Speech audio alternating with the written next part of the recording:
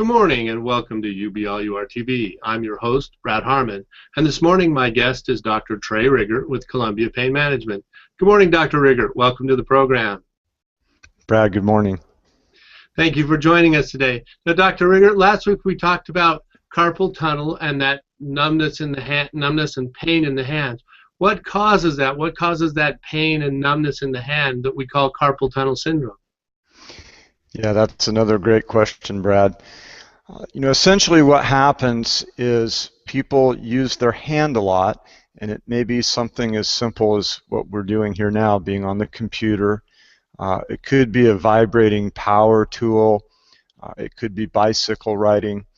And the tendons that move their fingers push against the nerve in their wrist because they're actually all in the same place, believe it or not. It's kind of like if you had a piece of conduit and you had a wire going through it, and at the same time you had a rope with a pulley, and the rope was moving back and forth, and eventually it wore a hole in your wire and you got a bit of a short circuit. That's really what happens in your wrist. For some reason we're made with the wire right next to the ropes and pulleys.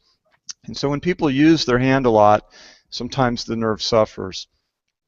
What happens then is people have numbness in their hand and they have pain in their wrist and hand, and it can radiate all the way back up the shoulder to the neck. So it can be a real problem, and if enough of the insulation wears off the wire, then the hand can get weak and quit working, and it becomes more than just a discomfort. Yeah, I personally suffered from carpal tunnel syndrome, and that was exactly what caused it. It was repetitive motion on the computer and the use of power tools. I would notice that I would have that numbness and pain in my hand. So is it something that's preventable? Well, if you keyboard for 8 hours a day, obviously keyboarding less, paying attention to ergonomics. There is some evidence that certain things like using vibrating tools, jackhammers and stuff like that can be especially injurious to a nerve. So if you have a vulnerable nerve and you have carpal tunnel-like syndromes, you probably don't want to be using those kinds of tools. The reality is we do have to get through the day, so a lot of people seek treatment and move on with their life. But since it is related to those little pulleys moving, if you can do something to give it a rest, that obviously helps.